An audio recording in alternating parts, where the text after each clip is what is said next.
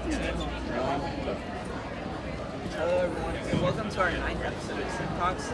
Today we're with Steel Eels to talk about their state preparations and season recap. So my name is Mo Padia, and I'm part of the outreach. I'm Nick Sanders. I'm like the lead design and CAD and art team. So first off, looking at your robot's very complex, a lot of different things. So how did you guys get to the design for that starting? Yeah, absolutely. So something that we do as a team at the very start of the season is we try and define every mechanism that we want, and that's kind of derived from the overall game strategy. So we kind of had like 3 different ideas for like vertical extension, linear extension, the drive base and whatever, and then we narrow it down on what we think is kind of like the best priority for us and we want to start prototyping. So for example, we knew pretty early on that we wanted a Mecanum drivetrain. We had one already running. It was the Go Build a Strafer. And so we knew we wanted that, but we actually tested it a little bit and it was like way too large. So what we do from that point is we create those mechanisms in real life, which is freehand or like 3D printing up in the machine, and then we compete in 2 to 3 league meets with that one robot. And while that's happening, we're also building like the CAD model along with it, taking that information that we gained. So one major thing I like to highlight on the robot is probably the spinning wheel intake. This is my favorite part, and it definitely went through a lot of iterations to get here. But we realized that like gripping the cone would sometimes waste maybe 1 second a cycle. So this really just allows it to, like, it centers the cone really reliably and just makes it a lot easier for us. So it sounds like you guys are putting a lot at the same time. Yeah. How does that work in your team? It's like, yeah. So something that we do is we try and have like subdivision leads. So splitting the team off into mechanical, the program, the business, whatever. And that's been a very it's a learning process for sure this year. Because last year we had 4 members, this year we have 9. So we've definitely gone through a lot of growth and trying to learn that. So that's that's definitely been something that we're trying to work on and constantly improve. it's good. It could be chaotic too. It's like everybody's at the same time. Yeah, like I would say definitely, especially when you're going to different league regions. It's very interesting to see how you do that different, especially in the line selection and then your actual matches. So, talking about matches, you guys have any specific strategy that you guys run, especially now that you mentioned? Yeah, so this robot was definitely kind of designed around going through circuits and not just like raw cycles, because we realized from the start that that was really important. And when I say circuits, I guess I should say the possession of the cones and the junctions at the end of the game. Something that we're still considering, are going to test out a little bit, is instead of playing an offensive circuit strategy where we try and get our own circuit, we're looking at maybe not to stop the opponent's circuit and not go for ours, and try and place those cones on higher value junctions. So that came from like the start of the season. We knew we wanted to try something like that, and we kind of tested it each league meet to improve it, and it's been working so far pretty good for us. Yeah, definitely. Like I would say, from Liga 1 to where we are now, our strategy has changed so many times from cycling because of ownership. Now, our newest robot iterations, we're very flexible. But just outcomes where you need to sound that So I thought you said something different too from the league meets. Is there anything that you guys see differently here than the league meets? Well, it's a lot louder. That's one thing for sure. I mean, our league likes getting the music loud, but the audience volume is kind of crazy here. So it's just really cool because the league meets, you kind of know everyone and you're all familiar with them, but like we're at state and there's people all across the state here. It's just really cool to like meet all the teams, see the robots, see like the different approaches to everything. I know, especially for us, the biggest leagues in Florida, one division is basically the size of our league. So, I think some team just gave us a little good. That's another new thing. That's something to show. They don't do in the league competition. It's like Free candy, right? I know, like one team just came out and it's like, you guys didn't go send Z.I.P Ties in it, so I was just like, it just goes to show how like enthusiastic people are here, especially how difficult matches are. So I'm going to jump back real quick. I forgot to mention. So something we do in our game strategy is we also we record all of our matches, and we actually go like and mathematically confirm like how many cones we missed. and try and figure out where that's coming from. So we recorded like every single match from every single league meet, and we got like, missed 2 cones on high because of this, and that. And that kind of just goes into like our testing with like the real life robot, and that kind of informs the CAD. So one thing we added specifically to kind of account for that is we have a program that drops our slides every time we score, and it puts the cone over the junction before we actually let go of it. So something cool that you can do if you got people who don't have enough going on is to go watch all those videos again and kind of recap them. Yeah, I mean definitely. But something that I would say is very interesting.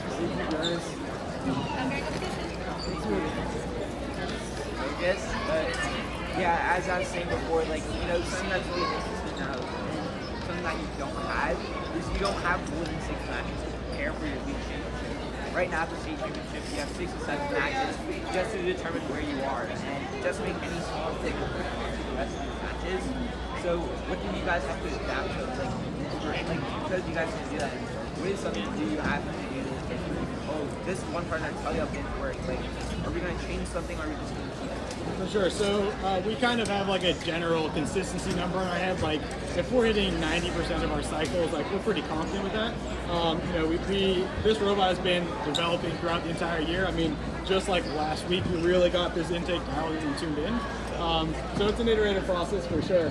During the day, we want to make sure we're not trying to do too much. It's really easy to say like, oh, we need this to win the match, but in reality, like consistency is so much more important than trying to eke out 1 or 2 more of those, cones on the junction or whatever it ends up being. So keeping consistency in mind is really what we're trying to do. That's important, especially if you were to get alliance partners, alliance mates. You guys have any like strategy on like just kind of reach out to them or like? Yeah, so I mean, we're a pretty new team, so it's a little kind of a new thing for us. But something we do is we try and get connections with people, reach out. We're going to try and run some scrimmages on the practice field. Hopefully, kind of get a robot out there. We also do Instagram, so we really try and show our robot and not hide it. So we want people to see what we're doing, see the cool stuff we're doing, and see it perform before the actual competition. Something I noticed is like right after all the 6 matches are complete, everybody goes to the scrimmage area. It's like every team's there and they're all like trying to show their robots talking. It's like a really cool thing to see. Yeah, especially for us last year. I think after our last match we won, and our alliance captain is unfortunately not here. Like they immediately contested us like, you guys are really great. We think you have a lot to offer. We just playing scrimmage match after scrimmage match just to prepare for what could happen. We were one of the finest teams of the state championship. Do you have any questions for us? Yes. So. Oh wait, you can ask it right here. We have a camera. Oh, so sorry. Sorry about that. So you can actually just ask us here. Oh, okay.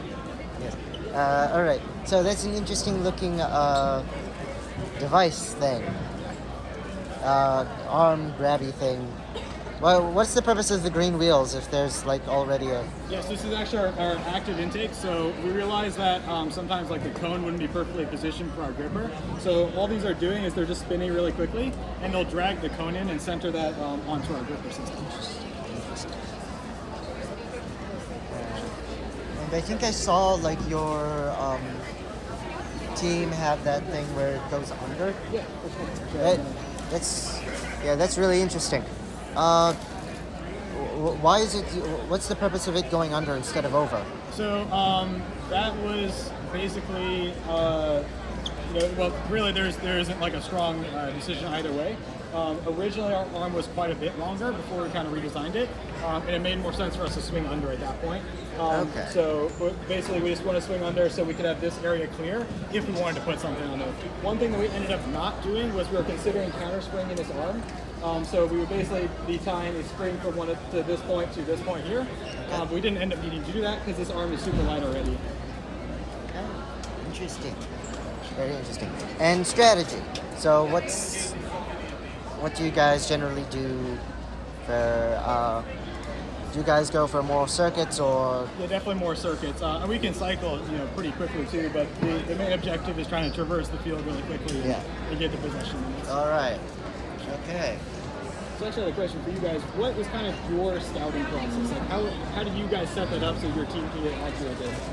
Yeah, so actually for each competition, we have a scouting Google form that we already create. And so each competition you can actually see like we make iterations to it. So something like I think in like week 4 we did is that like we found like typing every name like too hard.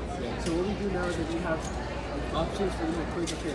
Because they release a team the list and everything beforehand. So when we add that it's like okay, it's easier for us, we don't have to type every team name. Because even with us we have like Z, Don, Q, that's like it's too much. So each time we add like new iterations to make it easier for all the scouting people to actually fill those forms out. But when it comes to like the people that actually go around, we usually come here, we split it up like okay, today there's 6 rows, 6 columns, so we're like okay, each person gets 1 row, 1 column, and we just go down. Yeah. Well, this year we use an app called Team Track. MSEC Cuddlefish made it. And it's if you stay on top of it, it's really good. But it's kind of hard like getting enough people able to like actually record all the matches. So just curious, you guys using like your own custom form, and how many people exactly are you running like on that scouting? So right now, like right there, I don't know if you see them, but we have 2 of our scouters over there. But normally we have 2 people per row as we should the same, so we can effectively get it done. Also, another thing that we have added, we have hobbies here, but we actually we laminated a sheet of the playing field, so that way teams can try to draw the fun experience. Because as Bishop was saying, there are parts of the scouting process that's very tedious, but having that, teams can just draw it out, take a picture, and that way it's much easier for our dad to understand if we're here with them. Get something so we can know what part of that learning, what we can do to actually maximize the life of the game. Where's where we go so far, right? Well, if you look back at the end of the 6 matches, you're like, okay, let's check this out. Can you check this? It's just like, it'll be some description, and now, sometimes it doesn't always work out. Yeah. So by having the form, we can bring everyone to be like, okay, we know how this team works in auto, here's a clash press. Because that was actually something that happened to us in EV1, is that we directly ran into an opponent in auto, and our robot we shut down after that. Yeah. So it's like really important to make sure we all start down. That was actually a choice we made is to, instead of trying to cycle the high goal for a little more points, we actually chose to go to the mid goal, just to like eradicate any chance of missing. So really, again, keeping that consistency in mind. Yeah, I know, like definitely. Like I found it in Nirvana before, and they're telling me like because of that, they actually have like 1+5 on the high function plus the hub station. There are just so many other ways teams can get like 5 different strategies to get the most points per row. So sort of like navigating ways of strategy and sort of about your robot. How does your team start to prevent? Let's just say you run your high goal auto and another team does. So is there any precautions your team takes after the contest to sort of minimize the amount of points that you're going to provide, or? Yeah, so like after autonomous, something we added really recently was actually manual control over our slides, so that and a button that can reset the encounter counts. Because if we get stuck here, we're not able to grab a cone. So that's one we added just as another fail-safe if something happens in autonomous, and that's been really helpful so far. Yeah, I mean, I think that's something that our team has been doing since the beginning of the 5 and control. So that way, like, if we find the option, we can just go back to the other option and make all things. I would say, like, now that you're at stage, what are the ways that your team is going to start not just scout, but strategically going for a circuit? Because I know there are many different ways. There are certain cases that if you place a gun in these cycles, you are most definitely going to get it. For sure, yeah.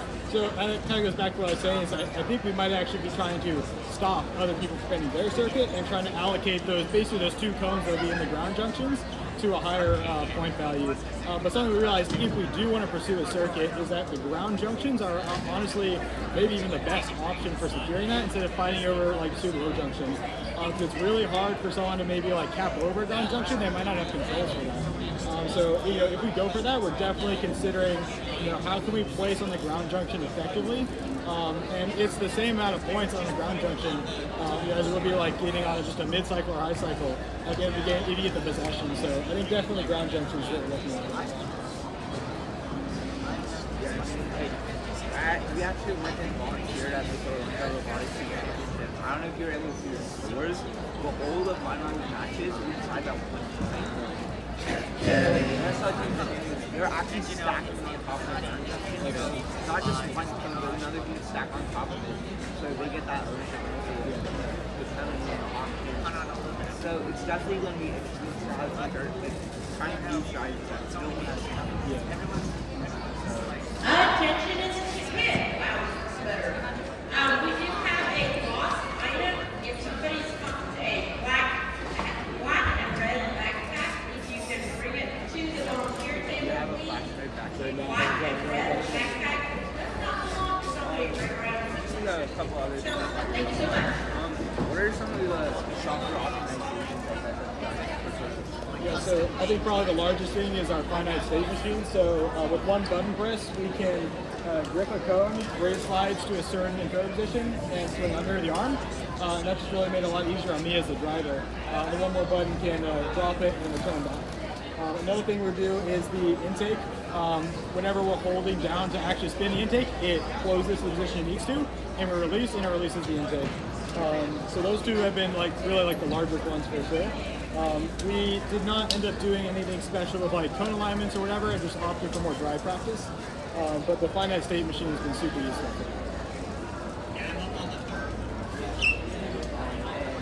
How does this play like, in the match? Like, are you very consistent or Yeah, so like I said, all we've really had to test is like the practice matches we've done at our own venue. So we're gonna see how it ends up being. We can pretty easily cycle all the cones within the time limit by ourselves. But the question is, are we gonna drop one or two? So maybe that means we're slowing down. But we're gonna have to see how it comes out tomorrow. But I'm looking forward to it. I think this is definitely really like very consistent robot. Again, like that was trying to be the key with it. It's also fast, and hopefully be able to cycle up there with some of the best teams here. Yeah, and just like looking at your robot, I think that's great. Charge is the amount of questions the ones that are going to be said. Like your intake, your outtake. It looks very aesthetic, and it's also like very effective. So like when you are designing your robot after each camp, what you say did your team decide to make very big changes or very small changes? Yeah, so and this like the design it kept going throughout the entire season. So it started in September, honestly, and through then we kept adding and making changes. So I would say the largest thing is like we realized that our gripper did a really poor job of grabbing off the wall. So we knew that like this intake was what we wanted to design around the new robot. And something that's like really kind of like another design constraint was a super low center of gravity. So we'll take this up real quick and show that. So we tried to package all of our drive motors really effectively like this. So we can still tip over, but generally it's very hard to do so. So this has been one of the major design constraints, was packaging those motors inside and just like give us a really low center of gravity. And it also leaves the middle completely open for the arm to swing through. Yeah, I mean, like, it's definitely very interesting to see because, especially with this challenge compared to last year, the pulls really limits the size that you have. So just having a small robot that's very agile, fast, and effective at swimming, but the three main things are really fast. So what I would ask is like, going into the season itself, is this something that you're thinking about size and just like overall how would it work? Yeah, so again, I think it was more of a, let's build this robot that we kind of knew we wanted these mechanisms. So, like the virtual 4-bar was something we knew from the start, a gripper system, but we built it on the Go Builder strafe, which is about 17.5 by about 17.5. And we realized pretty quickly that that was not good for driving around. So there was a lot of running into junctions, a lot of getting stuck. So that was like, we really wanted to like bring the robot size down. So this robot comes out to about 13.5 by 13.5. And that makes it quite a bit harder to package everything. So it takes a lot of time in the CAD software trying to get everything to fit. So something we did to kind of make sure that happened is we do really like concise master sketches.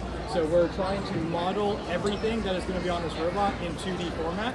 So like the three motors in reference to the wheels, where the slides are going to go, and that has really allowed us to be like super compact and still build a really small robot with all the functionalities. Yeah, I think that's something that we haven't